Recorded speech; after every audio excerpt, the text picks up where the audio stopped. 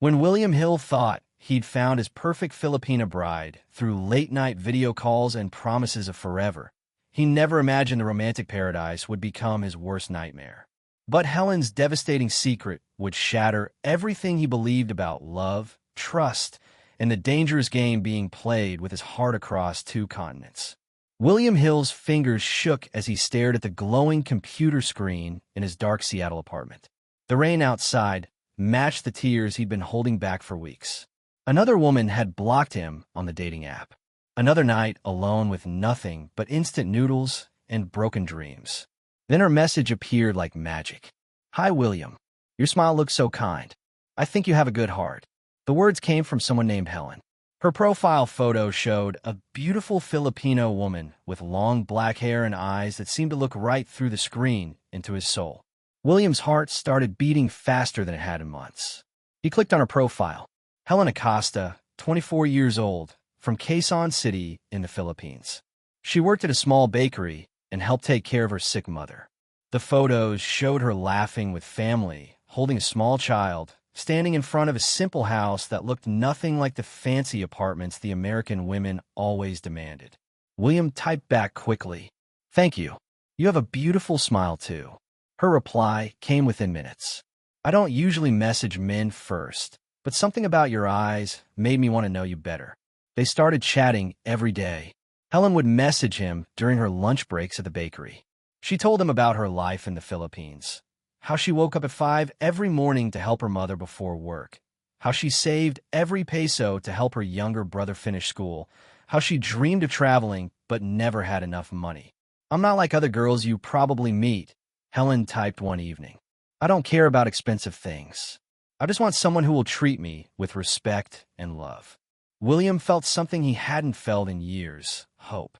The women in Seattle always wanted men with perfect jobs, perfect cars, perfect everything. Helen seemed different. She asked about his work as an engineer, but also wanted to know about his childhood, his dreams, his fears. After 2 weeks of messages, Helen suggested a video call. William spent an hour getting ready, changing shirts 3 times and practicing what to say. When her face appeared on his screen, he almost couldn't breathe. She was even more beautiful than her photos. Golden sunlight came through a window behind her, making her skin glow like honey.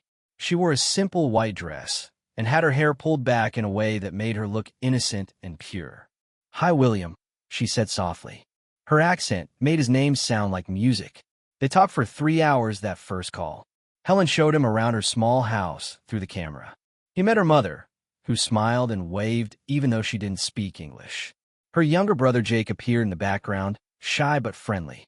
"My family likes you already," Helen laughed. "My mother says you have honest eyes." Every night after that, they would video chat for hours. Helen would tell him stories about growing up poor but happy in the Philippines. She described the smell of her mother's cooking, the sound of roosters waking her up each morning, the way rain sounded different on their metal roof. "I've never talked to someone like this before," Helen admitted during their second week of calls. "American men usually just want other things. You actually listen to me." William found himself falling harder each day. Helen never asked for money like he'd heard other Filipino women did. She never complained about her life or hinted that he should help her. She just seemed genuinely interested in getting to know him. "Would you ever want to visit the Philippines?" she asked one evening, her voice quieter than usual. "I've been thinking about it," William admitted. Would you want to meet in person?" Helen's face lit up with a smile that made his chest feel tight. "Really? You would come all the way here just to meet me?" "Helen, I think I'm falling in love with you," William said before he could stop himself. The words hung in the air between them across thousands of miles. For a moment, Helen just stared at him through the screen. Then her eyes filled with tears. "I think I'm falling in love with you too," she whispered. That night, William couldn't sleep. He walked around his apartment, looking at his empty rooms and imagining what it would be like to share them with someone like Helen. Someone who would cook him real meals and laugh at his jokes, and actually want to be with him. The next morning, he called his travel agent. "I need a flight to Manila," he said, "as soon as possible." 2 days later, William was at the airport with a suitcase full of gifts for Helen and her family. His hands were sweating as he checked in for the longest flight of his life. He'd never traveled this far for anyone before. As the plane lifted off from Seattle, William pressed his face to the window and watched his old life shrink below the clouds. In 18 hours, he would meet the woman who might change everything. But as the airplane climbed higher into the dark sky, William's phone buzzed with a text from an unknown number. Ask her about David from Texas. The heat hit William like a thick blanket when he stepped off the plane in Manila. Sweat immediately soaked his shirt as he walked through the crowded airport, searching the sea of faces for the woman who had captured his heart through a computer screen. Then he saw her. Helen stood near the arrival gate, holding a small sign with his name written in colorful letters. She looked exactly like her photos, but somehow more real, more beautiful. Her sundress moved gently in the airport's air conditioning, and when she spotted him, her face broke into the same smile that had made him fall in love. "William," she called out, running toward him. When she hugged him, she felt small and warm in his arms. She smelled like flowers and something sweet he couldn't identify. For the first time in months, William felt like he was exactly where he belonged. "You're really here," Helen said, looking up at him with tears in her eyes. "I can't believe you came all this way for me." The ride to her family's house took them through busy streets filled with jeepneys, motorcycles, and vendors selling everything from fresh fruit to cell phone cases. Helen sat close to him in the taxi, pointing out landmarks and chattering excitedly about all the places she wanted to show him. "That's where I buy groceries for my mother," she said, pointing to a small market. "And over there's the church where I pray every Sunday." Her neighborhood surprised him. The houses were small and close together, with laundry hanging between windows and children playing in narrow streets. It wasn't poor exactly, but it definitely wasn't rich either. Helen's house was painted bright blue with a small garden in front where her mother grew vegetables. "Mama," Helen called as they walked up to the front door. "He's here." Luz, Helen's mother, came out to meet them. She was a tiny woman with graying hair and kind eyes. She spoke to William in broken English, welcoming him to their home and thanking him for coming so far to meet her daughter. "She talks about you every day," Luz said with a knowing smile. "William this, William that. I think she loves you very much." Jake, Helen's younger brother, was 17 and spoke much better English. He shook William's hand firmly and helped carry his luggage inside. "Helen never brings anyone home," Jake said quietly when his sister wasn't listening. "You must be really special." The house was small but clean and comfortable. Family photos covered every wall, showing birthdays, graduations, and holidays stretching back years. William noticed how happy everyone looked in the pictures, even though they clearly didn't have much money. That first evening, Helen's mother cooked a feast of Filipino dishes William had never tried before. They ate by candlelight because the electricity was out in their neighborhood, something Helen said happened often but didn't seem to bother anyone. In America, people probably get very angry when the power goes out, Helen said, laughing. Here, we just light candles and tell stories. Over the next few days, Helen showed William her world. They visited the bakery where she worked, a tiny shop that smelled like fresh bread and sugar. Her boss, an elderly Filipino man, seemed genuinely fond of Helen and treated her more like a daughter than an employee. "She's a good girl," he told William in English. "Works very hard, never complains. You're lucky to have her attention." They spent afternoons at hidden beaches an hour outside the city, where they were often the only people in sight. Helen taught William how to crack open coconuts and eat fresh fish grilled over an open fire. She laughed when he struggled with chopsticks and patiently showed him how to eat with his hands the way locals did. "You're trying so hard to fit in," she said one evening as they walked along the shore. "But I like you just the way you are." At night, they would sit on her family's small porch, listening to the sounds of the neighborhood settling down for sleep. Children calling to each other from nearby houses, dogs barking in the distance, the occasional motorcycle puttering past. Helen would curl up next to William and tell him stories about growing up in this place. "When I was little, I used to dream about leaving here," she said one night. "I thought I needed to go somewhere else to be happy. But now, with you here, I think maybe happiness isn't about the place. Maybe it's about the person you're with. William felt his heart swell with love for this woman who seemed to find joy in simple things. Back in Seattle, he'd dated women who complained about expensive restaurants not being good enough. Helen got excited about sharing a mango they'd bought from a street vendor. "I've never felt this way about anyone," William told her as they sat watching the stars.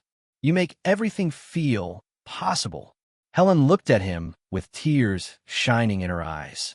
"Promise me something," she said. "Anything. Promise me you won't change your mind about me. Promise me this isn't just a vacation feeling that will go away when you get home." William took her hands in his. They were rough from work, but warm and real. "Helen, I want to marry you. I want to bring you to America and give you the life you deserve." She started crying then, happy tears that made him want to protect her from every sadness she'd ever known. But that night, as William lay on the small bed in Jake's room, Jake had insisted on sleeping on the couch so William could have privacy. His phone buzzed again. Another message from the unknown number. "Check Global Connections Incorporated Manila office. Ask about client number 247. William stared at the message in the darkness, his heart suddenly racing for all the wrong reasons. What was Global Connections Incorporated? And why did someone keep sending him these cryptic warnings? Outside his window, Manila hummed with late-night life, but William couldn't shake the feeling that something wasn't right. The woman sleeping in the next room felt like a dream come true, but dreams he was starting to remember had a way of turning into nightmares when you least expected it. William's hands trembled as he typed the words Global Connections Inc. Manila into the computer at a busy internet cafe. The air conditioning barely worked, and sweat dripped onto the sticky keyboard as dozens of other people chatted loudly around him in languages he couldn't understand. What he found made his blood turn to ice. Page after page of angry forum posts from American men. Stories of broken hearts and empty bank accounts. Photos of smiling Filipino women who all looked somehow similar, young, beautiful, and holding signs with different men's names. "She took everything I had," wrote someone called Mike from Ohio. "$15,000 and 2 years of my life. Found out she was talking to 6 other guys the whole time." William scrolled faster, his heart pounding. Then he saw it, a photo that made him feel sick to his stomach.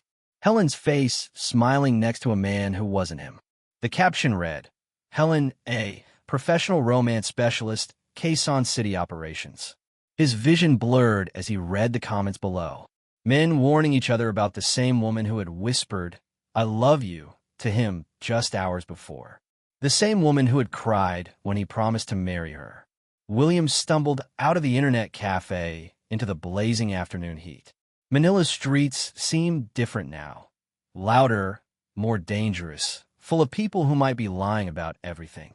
He needed to know the truth, but first he had to see where Helen really went during the day. The next morning, William told Helen he wanted to explore the city alone. "Just guy stuff," he said, forcing a smile that felt like broken glass. "Maybe buy some souvenirs for friends back home." Helen kissed his cheek and said she had to work at the bakery anyway. But instead of following her to the small bread shop where she'd taken him before, William stayed hidden across the street and watched where she actually went. She walked for 20 minutes through busy streets, past the bakery completely, until she reached a tall glass building in the business district. William followed at a distance, his heart breaking with every step. The building was nothing like the simple neighborhood where Helen claimed to work. Men in expensive suits walked in and out of the lobby. Security guards checked IDs at the entrance. A sign by the front door read, "Global Connections, Inc., International Romance Solutions." William felt like he was drowning in broad daylight.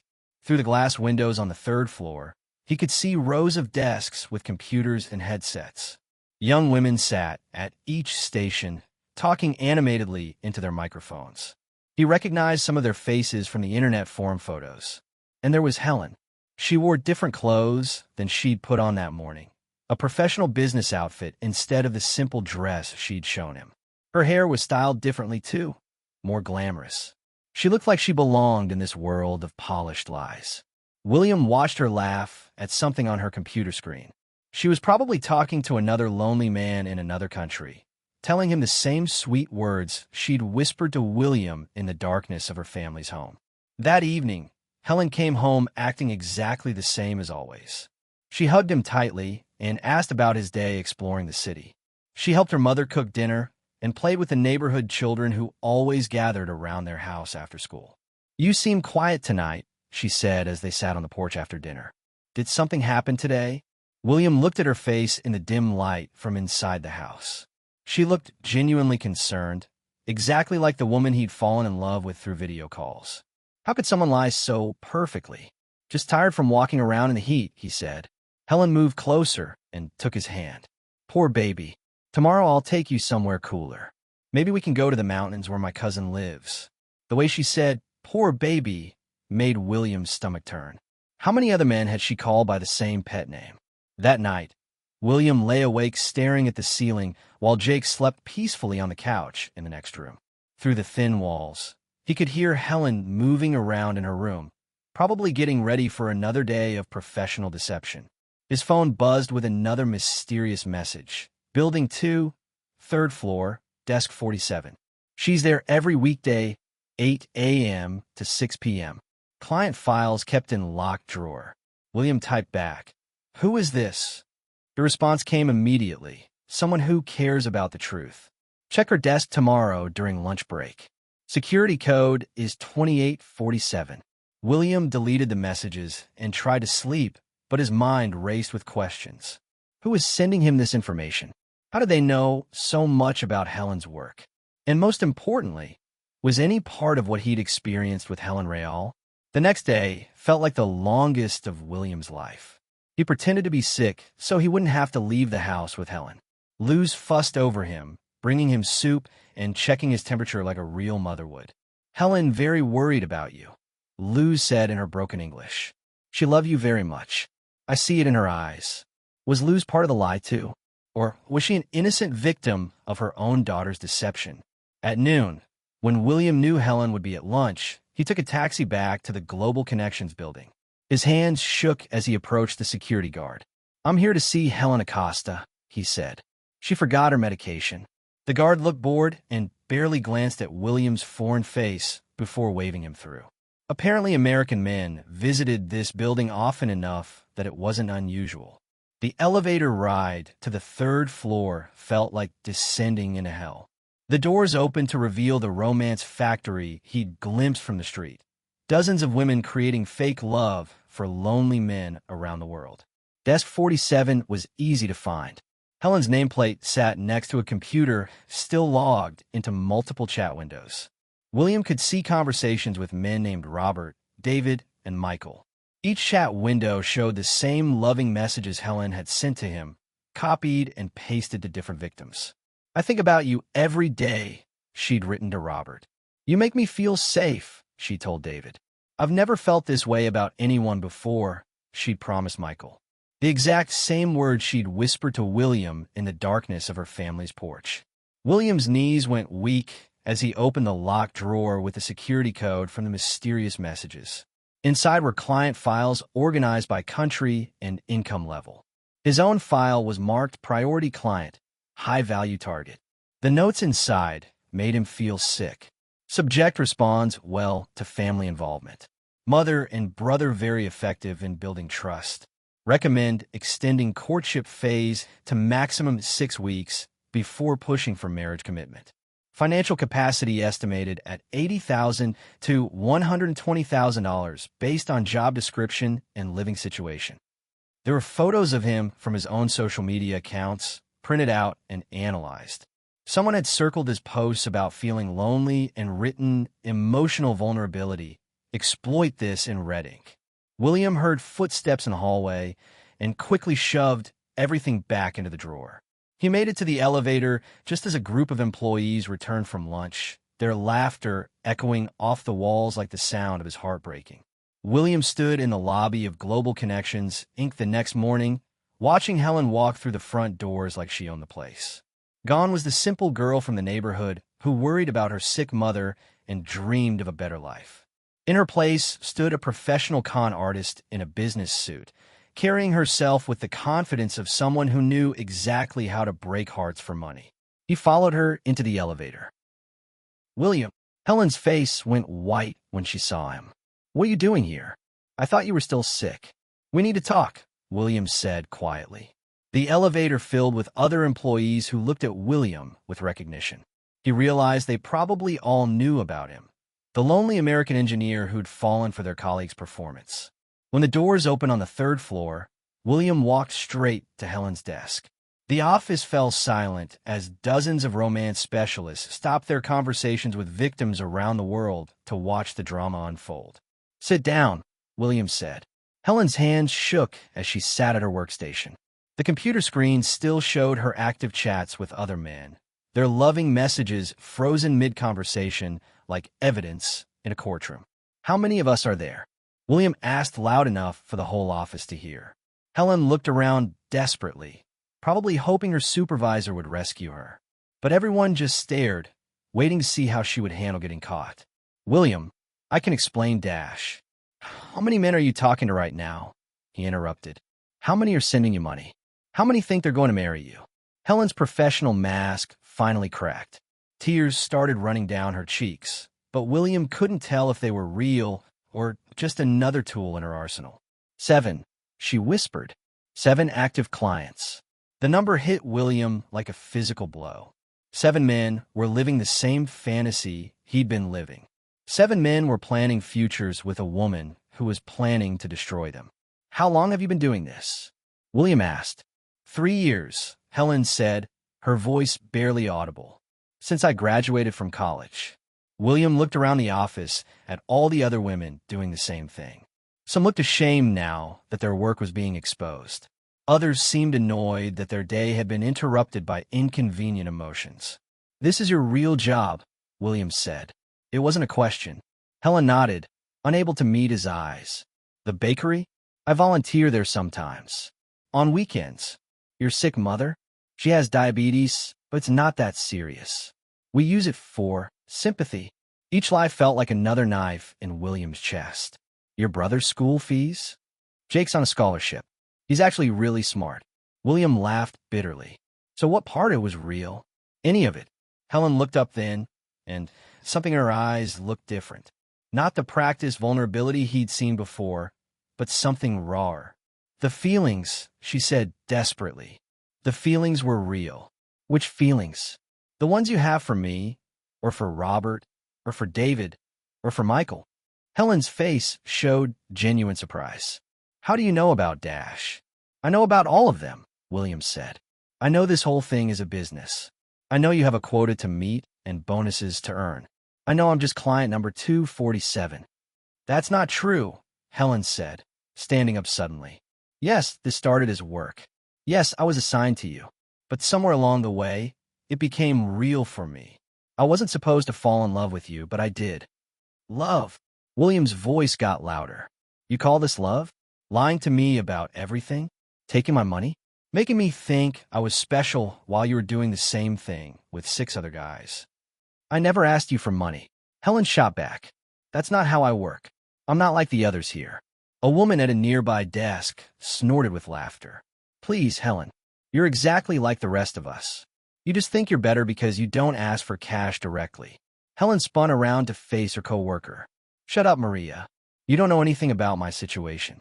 I know you've been planning to get pregnant by one of your clients, Maria said coldly. I heard you talking about it with your supervisor. Anchor baby strategy, right? Guarantee your visa to America? William felt the room spinning around him. Pregnant. Helen's face went even whiter. That's not.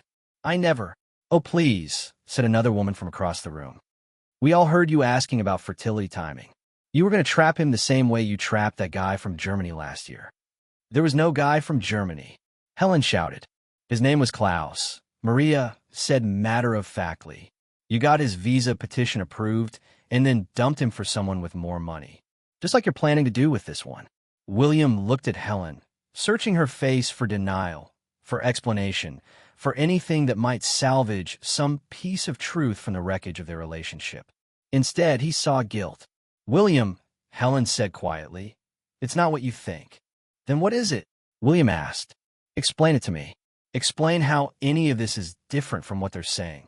Helen opened her mouth, but no words came out. Around them, the office had gone completely silent. Even the phone calls to other victims had stopped as everyone watched Helen's carefully constructed world fall apart. "I love you," she finally whispered. "That's the only thing that matters." William felt something break inside his chest. Not his heart, because that had been broken since yesterday. Something deeper. His ability to trust his own judgment. His faith in his worth as a person. "No," he said quietly. "The only thing that matters is that you chose to lie to me about everything. You chose to make me fall in love with someone who doesn't exist." William turned and walked toward the elevator, leaving Helen crying at her desk, surrounded by the tools of her trade. As the doors closed, he heard her calling his name, but he didn't turn around. The man who stepped into that elevator was different from the one who'd arrived in Manila 3 weeks earlier. He'd learned something valuable, but painful. Sometimes the only way to save yourself is to walk away from everything you thought you wanted. But as the elevator descended toward the lobby, William's phone buzzed with one final message from a mysterious number. "There's more you need to know. Meet me at Rizal Park, main entrance, 6 p.m. Come alone." The departure lounge at Ninoy Aquino International Airport hummed with the quiet energy of endings and beginnings. William Hill sat in a plastic chair that had seen thousands of other departures, watching planes taxi across the tarmac through rain-streaked windows. His boarding pass read Seattle in bold letters, but the destination felt less like going home and more like starting over. 3 days had passed since he'd walked out of Global Connections Incorporated. 3 days of sitting in his hotel room, staring at his phone as it buzzed constantly with messages from Helen. Apologies that shifted between desperate and angry. Explanations that contradicted each other. Promises that felt as empty as the suitcase he'd packed with gifts he would never give. He'd finally turned the phone off yesterday. The mysterious meeting at Rizal Park had answered his remaining questions, though not in ways he'd expected.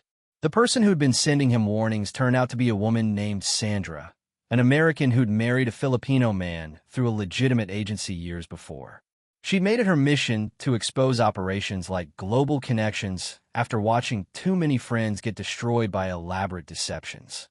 "They study you," Sandra had explained as they sat on a park bench, surrounded by families enjoying Sunday evening together. "They learn what makes you vulnerable, what you're missing in your life, and they become exactly that missing piece. It's not personal, it's just business." William had asked her why she'd chosen to help him specifically. "Because you seemed like a good man," she'd said simply. "Good men don't deserve to have their hearts turned into profit margins." Now, waiting for his flight, William reflected on how strange it felt to be grateful for having his illusions shattered. The man who'd arrived in Manila 3 weeks ago had been desperate for validation, willing to cross oceans for someone who claimed to see his worth. The man preparing to leave understood that his worth had never been in question, only his willingness to recognize it himself. His phone buzzed back to life as he prepared to board. One final message from Helen. "I know you'll never forgive me, but I need you to know, when I said I loved you, that wasn't part of the job. That was real." William read the words twice, then deleted the message without responding. Real or not, her feelings couldn't repair the foundation of lies beneath them. Love built on deception wasn't love at all. It was just another kind of transaction. The flight to Seattle gave him 14 hours to think about the man he'd been and the man he was becoming.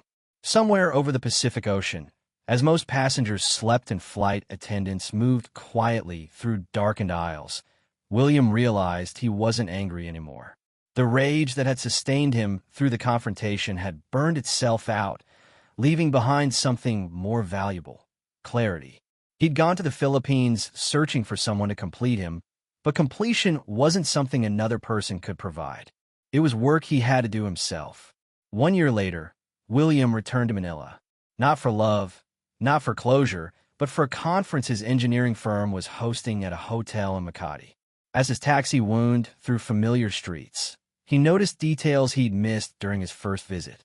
The way vendors smiled genuinely at regular customers. How families gathered on stoops in the evening to share food and stories. The simple contentment that had nothing to do with romance or rescue fantasies. He'd changed in the months since leaving. Not dramatically. No complete personality overhaul or dramatic lifestyle shifts. Just small, important adjustments. He'd started saying no to social situations that made him feel desperate for approval. He'd begun treating himself with the same kindness he'd always shown others. He'd learned to enjoy his own company without seeing solitude as evidence of failure. There had been dates back in Seattle.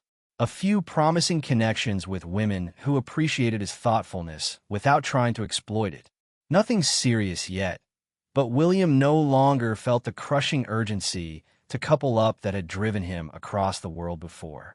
Relationships, he learned, worked better when you entered them as a complete person rather than someone seeking completion. On his last day in Manila, curiosity led him back to Quezon City. Global Connections Incorporated had indeed closed down, as Sandra had predicted it would. Too many complaints, too much negative publicity. The building now housed a legitimate call center that helped American companies with customer service. He found Helen working at a small cafe not far from her family's house.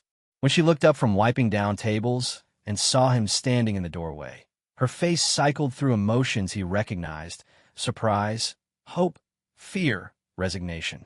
William. She said his name like a prayer or an apology. Hello, Helen. She looked older, more tired than he remembered. The polished professionalism was gone, replaced by the honest weariness of someone working a real job for honest pay. Her hands, he noticed, were stained with coffee and calloused in new places. Can we talk? She asked. William nodded and took a seat at a corner table. Helen poured him coffee without asking what he wanted. She still remembered how he liked it. The small gesture reminded him that not everything between them had been fabricated. I heard the company closed, William said. 6 months ago. Helen sat across from him, her own cup untouched. A lot of angry customers, a lot of complaints to the government. They shut us down and investigated everyone. What happened to the others? Maria and the rest. Some found other jobs. Some started their own operations in different cities. Helen's voice carried no judgment, just factual reporting. Some got married to their clients for real. And you? Helen gestured around the small cafe. It's honest work, even if it doesn't pay much. My family was disappointed when they learned what I'd really been doing. They thought I was just good at making foreign friends. They sat in comfortable silence for a moment, the cafe's background noise filling the space between them. Filipino pop music played softly from a radio behind the counter. A group of college students laughed over textbooks at a nearby table. Life continuing its ordinary course. I need you to know something, Helen said finally. Well, I told you at the end about falling in love with you.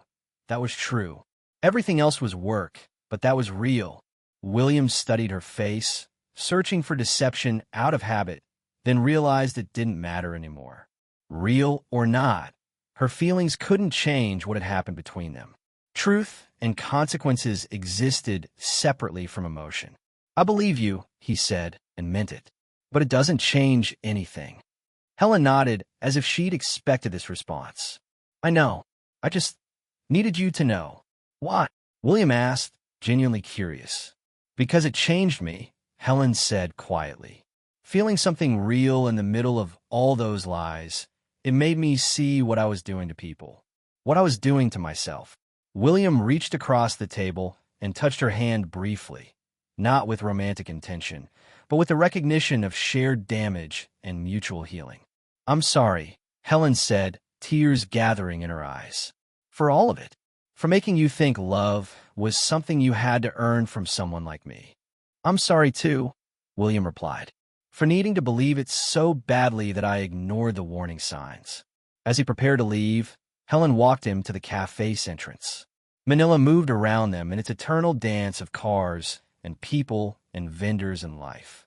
The city that had once seemed like a backdrop for his romantic dreams now felt simply like itself, a place where real people lived real lives, separate from any foreigner's fantasies. Will you be okay? William asked. Helen smiled, and for the first time since he'd known her, it looked completely natural. Yes. Will you? Yes. Walking away for the cafe, William felt lighter than he had in months. Not because he'd found closure or forgiveness, but because he'd stopped needing either one. The nightmare was over, not because it had been resolved, but because he'd chosen to wake up from it. His plane lifted off from Manila as the sun set over the bay, painting the sky in shades of gold and pink that no photograph could capture. William watched the city lights fade below him and thought about the difference between fantasy and reality, between needing love and deserving it, between seeking validation and simply being valid. The man in the airplane window's reflection looked back at him with quiet confidence. Not the desperate hope he'd carried on his first journey, nor the bitter disappointment that had marked his departure. Just calm self-possession, the knowledge that he was enough, exactly as he was, without needing anyone else's approval to make it true. Some dreams, William understood now, were meant to be awakened from. The best ones were the ones you built while awake, with your eyes wide open and your heart protected by the boundaries you'd learned to draw around your own worth.